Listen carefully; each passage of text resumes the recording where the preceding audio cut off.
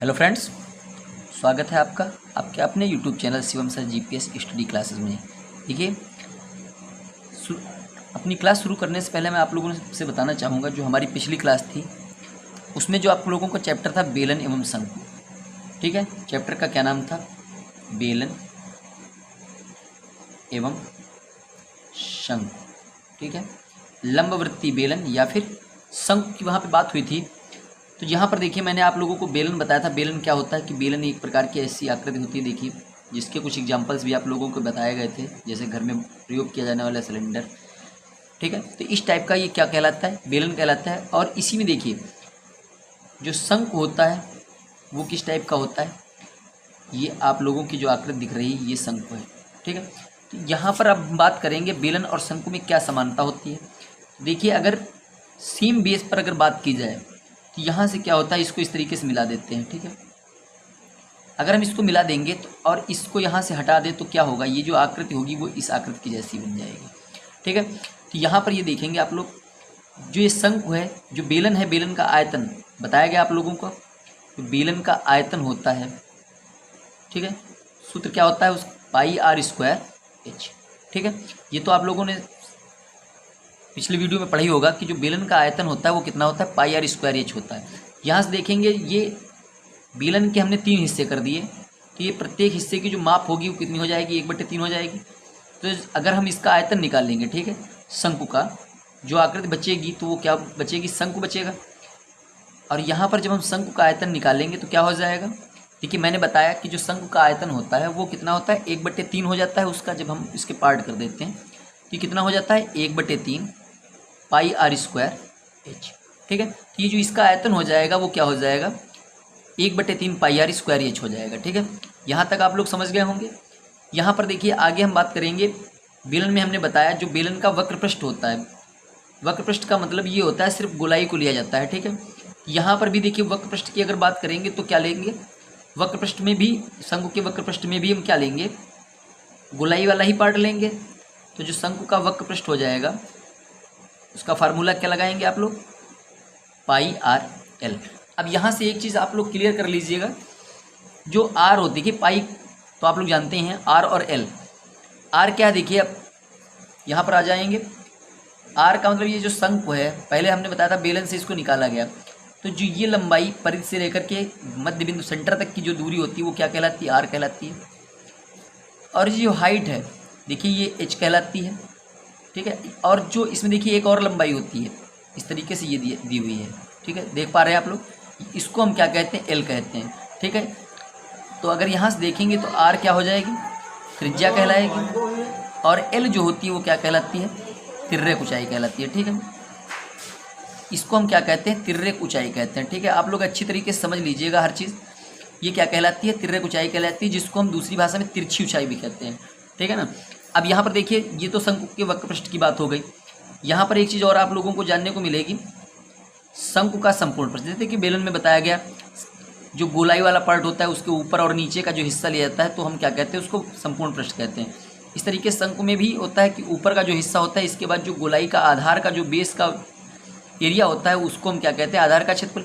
इसको भी अगर हम उसमें ऐड कर दें तो ये हो जाता है शंकु का संपूर्ण पृष्ठीय क्षेत्रफल। ठीक है, संपूर्ण पृष्ठीय क्षेत्रफल।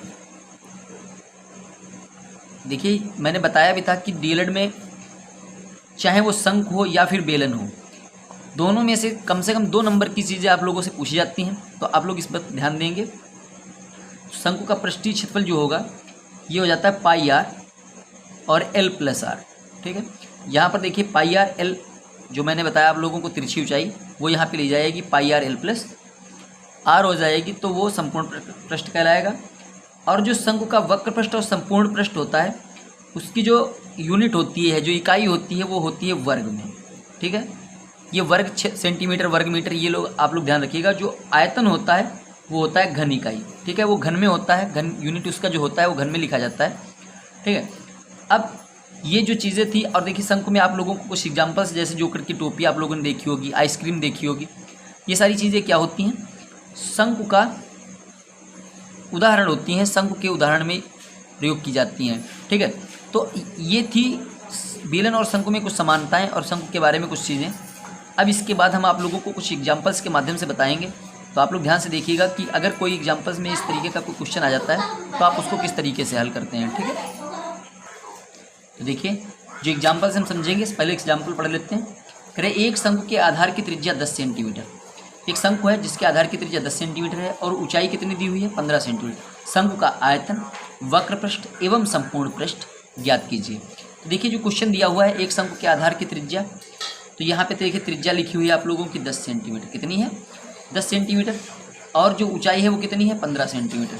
ठीक है, और हमें करना क्या है, देखिए आयतन निकालना है, वक्र पृष्ठ निकालना है और संपूर्ण पृष्ठ निकालना है। एक ही क्वेश्चन में देखिए तीनों चीज़ें यहाँ पर पूछी गई हैं। ऐसा कोई क्वेश्चन एग्जाम में नहीं पूछा जाता कि एक ही क्वेश्चन में सारी चीज़ें पूछ दी जाएँ, लेकिन फिर भी आप लोगों को सब कुछ पढ़ना है। अगर पूछ दिया जाता है तो आप किस तरीके से इसको हल करेंगे ये आप लोग यहाँ से समझेंगे। ठीक है, तो देखिए सबसे पहले क्या करेंगे, जब भी हम क्वेश्चन को सॉल्व करेंगे तो एक ग्राफ बना लेते हैं, यानी कि एक फिगर बना लेते हैं, जिससे आप लोगों को हर चीज़ के बारे में पता चल जाए कि कौन सी चीज़ कहाँ पर दिखाई गई है। देखिए एक शंकु का चित्र बना लेते हैं, रफ चित्र बोलते हैं इसको, और ये आप बना सकते हैं। यहाँ पर देखिए लिखा हुआ है त्रिज्या 10 सेंटीमीटर, तो यहाँ पर क्या लिखेंगे, 10 सेंटीमीटर। ठीक है, ऊंचाई कितनी है, 15 सेंटीमीटर है। ठीक है, तो जब इस टाइप के कोई क्वेश्चन हल किए जाते हैं, मैंने बताया था कि ठीक है, अब देखिए मैंने बताया था आप लोगों को एक पाइथागोरस प्रमेय के बारे में। जब भी इस तरीके का कोई क्वेश्चन आएगा तो जब आप लोग तिरछी ऊंचाई के बारे में बात करेंगे, ठीक है, तो अगर ये क्वेश्चन आप लोग लगाते हैं तो वक्र पृष्ठ या संपूर्ण पृष्ठ कोई भी चीज़, तो आपको उसमें क्या जरूरत पड़ता है, तिरछी ऊंचाई। तिरछी ऊंचाई हमारे क्वेश्चन में देखिए कहीं पर भी दी नहीं हुई है, तो हम क्या करेंगे, क्वेश्चन अपने इस क्वेश्चन में सबसे पहले पाइथागोरस प्रमेय लगाएंगे। ठीक है, पाइथागोरस प्रमेय से हम यल निकाल लेंगे यहाँ से। ठीक है, तो एल बराबर क्या हो जाता है, √h² प्लस r²। तो एल बराबर क्या हो जाएगा, एच देखिए एच आप लोगों की कितनी दी हुई है, ठीक है, ये यहाँ पे देखिए 15 दिया हुआ है, ये एच की है, एच है 15² प्लस आर है 10²। ठीक है, तो ये हो जाएगा 15 का स्क्वायर आप लोग कर देंगे, कितना हो जाएगा 225, और 10 का कितना हो जाएगा 100। ठीक है, अब 225 में 100 को जोड़ देंगे तो कितना होगा 325। ठीक है, अब देखिए हमको ये चेक करना है कि 325 एक पूर्ण वर्ग संख्या है, उसके लिए क्या रूल बताया गया था, दी गई संख्या के गुणनखंड कर देते हैं, 5 6 का 30, 2 5 25, 5 से काटेंगे तो कितना आ जाएगा 13, और 13 1 कम 13। ठीक है, अब क्या करना है, अब समझिए, देखिए जिस नंबर के जोड़े बन जाते हैं उसे बाहर निकाला जाता है, जिसके नहीं बनते उसको क्या करते हैं, अंदर रखते हैं। तो ये हो जाएगा एल का मान 5√13 सेंटीमीटर। ठीक है, ये देखिए पाइथागोरस प्रमेय आप लोगों को क्यों लगानी है, इसके पीछे रीजन है। जब हम वक्र पृष्ठ और संपूर्ण पृष्ठ को निकालते हैं तो हमें क्या होता है, एल की जरूरत पड़ती है, यानी कि तिरछी ऊंचाई की जरूरत पड़ती है। उसके लिए हमें क्या करना होता है, एल पाइथागोरस प्रमेय जो है उसका यूज करना होता है। अब यहाँ पर देखिए आप लोगों को क्या करना है, सबसे पहले आयतन निकालना है, शंकु का आयतन। एक एक करके आप लोग यहाँ से देखेंगे एक एक चीज़ें किस तरीके से निकालनी है। शंकु का आयतन सूत्र क्या होता है, पाई, देखिए 1/3 पाई r²h। ठीक है, इसके सूत्र के बारे में हमने आप लोगों को बताया था 1/3।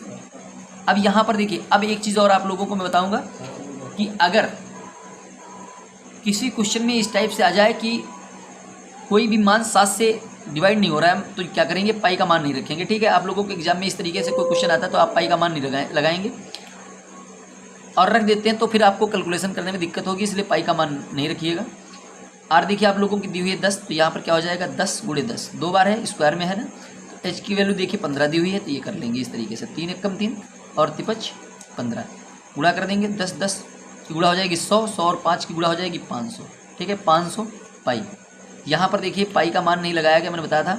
और ये आयतन इसलिए इकाई जो हो जाएगी घन सेंटीमीटर हो जाएगी। ठीक है, तो इस तरीके से शंकु का आयतन अगर आप लोग निकालते हैं 1/3 पाई r²h में, तो अगर मान लीजिए यहाँ पर कोई ऐसा डिजिट दिया हुआ है जो 7 से डिवाइड हो जाता है, तो हम क्या करेंगे, पाई का मान रख लेंगे। ठीक है, लेकिन अगर नहीं दिया है तो पाई का मान ना रखने में ही अच्छाई रहेगी, और उसकी कैलकुलेशन जो आप लोगों को नहीं करनी है, आप लोग इस तरीके से आसानी से लिख देंगे, क्योंकि 1 घंटे के समय में आप लोगों को पूरे क्वेश्चन सॉल्व भी करने होते हैं, अच्छी मार्किंग लानी है, आप लोगों को बैक लगने से बचना है, तो ये सब आप लोगों को ध्यान रखना पड़ेगा। ठीक है, चलिए देखिए आगे देखेंगे।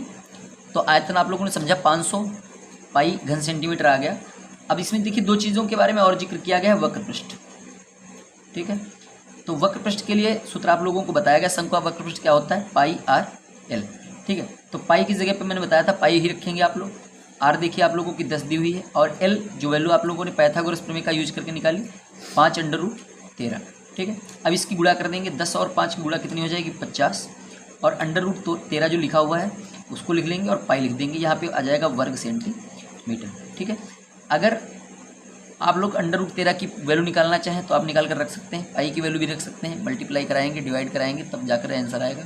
और अगर इस तरीके से निकालते हैं तो ये बहुत ईजी हो जाएगा। कोई ऐसा क्वेश्चन देखिए, मैं अभी दूसरा क्वेश्चन आप लोगों को बताऊंगा जिसमें मान लीजिए कोई ऐसी तरीके की वैल्यू दी होती है तो आप उसे काट सकते हैं, ठीक है। अगला देखिए, इसमें देखिए पूछा गया संपूर्ण पृष्ठ। तो शंकु का जो संपूर्ण पृष्ठ होता है, सबसे मेन चीज़ होती है आप लोगों को इनके सभी के सूत्र याद होने चाहिए। सूत्र अगर आप लोगों को याद है तो आप आसानी से लगा लेंगे। सूत्र होता है पाई आर एल प्लस आर, ठीक है। तो पाई का मान तो रखना नहीं है, आर देखिए 10 दी हुई है, और एल 5√13, और आर कितनी है 10, ठीक है। अब देखिए यहाँ पर क्या करना है, ये हो जाएगा 10 पाई और ब्रैकेट में 5√13 प्लस 10, ठीक है। अगर यहाँ पर देखिए रूट वैल्यू दी हुई है, यहाँ पे नहीं दी है, तो हम क्या करेंगे, इसको इस तरीके से लगाएंगे जब, तो ये हो जाएगा 10, देखिए मल्टीप्लाई कराएंगे तो 10,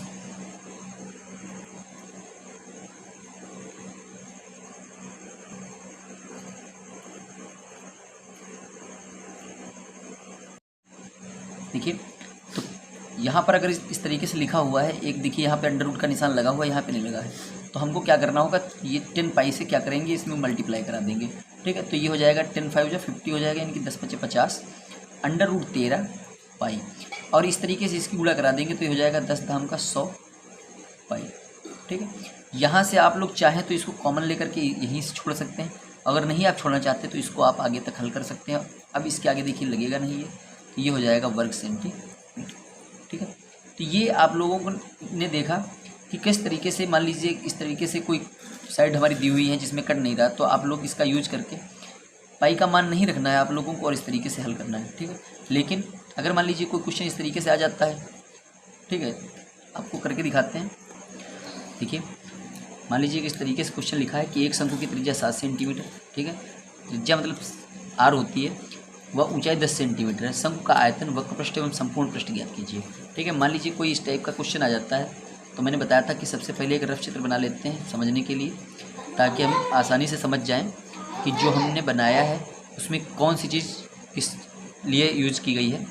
तो आर देखिए त्रिज्या है 7 सेंटीमीटर, तो ये यहाँ पे लिख देंगे 7 सेंटीमीटर, ऊंचाई है 10 सेंटीमीटर, तो हम यहाँ पे 10 सेंटीमीटर लिख देंगे, ठीक है। सबसे पहले आपको क्या करना है, मैंने बताया था कि सबसे पहले अगर एल नहीं दी हुई है, ठीक है, तो सबसे पहले हमको पाइथागोरस प्रमेय यूज करनी है, और पाइथागोरस प्रमेय यूज करने के बाद हमें एल का मान निकाल लेना है। तो एल का मान क्या होता है, h² प्लस r², यहाँ से क्या हो जाएगा, h का मान है 10 स्क्वायर प्लस हो जाएगा 7 स्क्वायर, ठीक है, 100 यहाँ पे हो जाएगा और प्लस 49 हो जाएगा, ठीक है। ये हो जाएगा 149, ठीक है। ज़रूरी नहीं होता है कि हर बार जो संख्या आती है वो पूर्ण वर्ग संख्या है, तो इसका जो मान हो जाएगा √149 हो जाएगा, ठीक है। अब आप लोग क्या करेंगे, सबसे पहले आप लोगों को देखिए आयतन निकालना है, ठीक है। यहाँ पर आयतन का सूत्र लगाएंगे, आयतन बराबर क्या होता है 1/3 पाई r² h। तो यहाँ पर देखिए 1/3 पाई का मान रख देंगे 22/7, त्रिज्या देखिए 7 है यहाँ पे, तो 7 × 7 हो जाएगा, और h है हमारी 10, यहाँ से देखेंगे 7 7 से कट जाएगा, 7 से 7 कट गया। अब देखिए जो बचा उसको लिख देते हैं 10 7 70, यानी कि 7 दूनी 14, 7 दूनी 14 और 1 15, ठीक है, और 1 0, 1540/3। चाहें तो आप इसको मिश्र भिन्न में बदल सकते हैं, अदरवाइज़ आप इसको इस तरीके से लिख सकते हैं 1540/3 घन सेंटीमीटर। अगर आप चेंज करना चाहेंगे कि 15 3 1 कम 3 3 3 9 513 सही 1/3 घन सेंटीमीटर, ठीक है। ये आ जाएगा 513 सही 1/3 घन सेंटीमीटर, ये आप लोगों का क्या हो जाएगा, आयतन हो जाएगा, ठीक है। अगर इसी में हमको क्या करना है, वक्र पृष्ठ निकालना हो, ठीक है। वक्र पृष्ठ के लिए हमने बताया क्या फार्मूला आप लोगों को,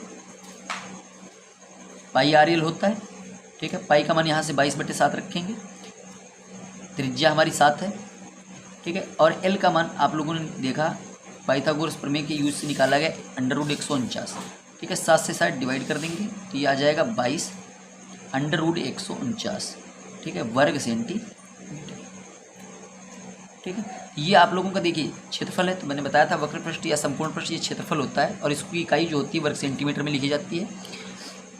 अब अगर आप लोगों को यहीं पर संपूर्ण पृष्ठ निकालना है, ठीक है, तो संपूर्ण पृष्ठ का फार्मूला आप लोगों को बताया गया।